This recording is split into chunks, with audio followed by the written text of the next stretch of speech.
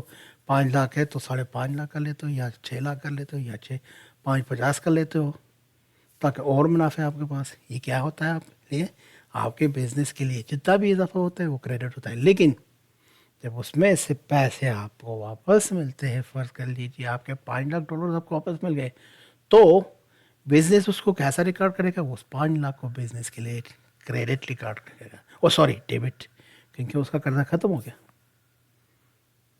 سال کے شروع میں جنوری کے مہینے سے لے کر 1 جنوری سے لے کر دسمبر 31 تک جو بھی اماؤنٹ ایز اے کیپٹل آپ کے پاس ہوتا ہے وہ آپ کے لیے کریڈٹ. لیکن آن 31 آف دسمبر جب آپ اپنا کیلکولیشن کرتے ہیں اور اس میں منافع بھی آپ کو ہوا ہے, تو آپ اگر اپنے آپ کا اپنا بزنس ہے اپنے آپ کو دیتے ہو, یا اگر پارٹنرشپ میں یا کوئی اور سے اس کو اپنے حصے کے حساب سے پیسے دیتے ہو, اگر وہ دوبارہ آپ کے ساتھ انویسٹمنٹ کرنا چاہتا ہے تو اگلے سال 2026 میں پھر سے جو اماؤنٹ انویسٹمنٹ کیا وہ کریڈٹ ہوگا until the end of 31 December. جب آپ وہاں پہ حساب کر لیں گے نفع و نقصان کا, ایکسپینسز کا, تو جتنا آپ کو منافع ہوا ہے وہی پیسے ایز انویسٹر اپنے آپ کو یا as a partner with some one یا کوئی اور آپ کا پارٹنر اس کو واپس دیں گے. جب 31 دسمبر کو پیسے آپ نے اس کو دے دیا, اس کا کیپٹل واپس کر دیا, تو اس کو کیا ریکارڈ کریں گے؟ ڈیبٹ ریکارڈ کریں گے. لیکن اگر جنوری کے مہینے میں 1 جنوری آپ نے پیسے لیے ان سے, کیپٹل $5 لاکھ لیے, تو آپ کو کریڈٹ ریکارڈ کرنا پڑے گا. آپ لکھ دیں گے cash receive 500,000, capital decrease or credited 500,000. Capital credited 500,000. یعنی یہ $5,000 کیپٹل آپ کو واپس دینا ہوگا اس کو. یا آسان الفاظ میں جب آپ کے پاس سرمایہ کیپٹل آپ کے پاس آئے, سوری اس میں میں نے غلطی کی, اس میں آپ کے پاس کیپٹل آیا تو آپ کے بزنس میں کیپٹل جب انکریز ہوا تو اس کو کیا لکھتے ہیں آپ؟ کریڈٹ لکھتے ہیں. یعنی $5 لاکھ آپ کو واپس دینا ہے, اس لیے اس کو آپ کریڈٹ کالم میں لکھ دیں گے. اور اگر آپ نے انویسٹمنٹ کیا ہوا ہے, آپ نے اپنے بینک سے, اپنے والٹ سے, اپنے سیف سے $5 لاکھ کیش کی شیپ میں لیے, تو آپ کا کیش کیا ہوا؟ ڈیبٹ ہوا. کتنا ڈیبٹ ہوا؟ $5 لاکھ. سو یہ کیپٹل کے لیے سال کے شروع میں increase recorded, capital recorded increase. لیکن جب آپ کو سال کے آخر میں $5 لاکھ آپ کو دوبارہ واپس نہیں, تو بزنس اس کو کیا ریکارڈ کرے گا؟ As a debit. اور کیش کو کیا ریکارڈ کرے گا؟ As a credit. یعنی $5 لاکھ جو آپ کا کیپٹل تھا کریڈٹ ہوا, وہ ڈیبٹ ہوا جب واپس آپ کو مل گئے. لیکن بزنس سے آپ کے $5 لاکھ کم ہوئے, اس کو کیا کر لیں گے؟ دسمبر 31 میں وہ $5 لاکھ کو ایز اے کیش کریڈٹ لکھ دیں گے. امید ہے آپ کو سمجھ میں آئی ہوگی.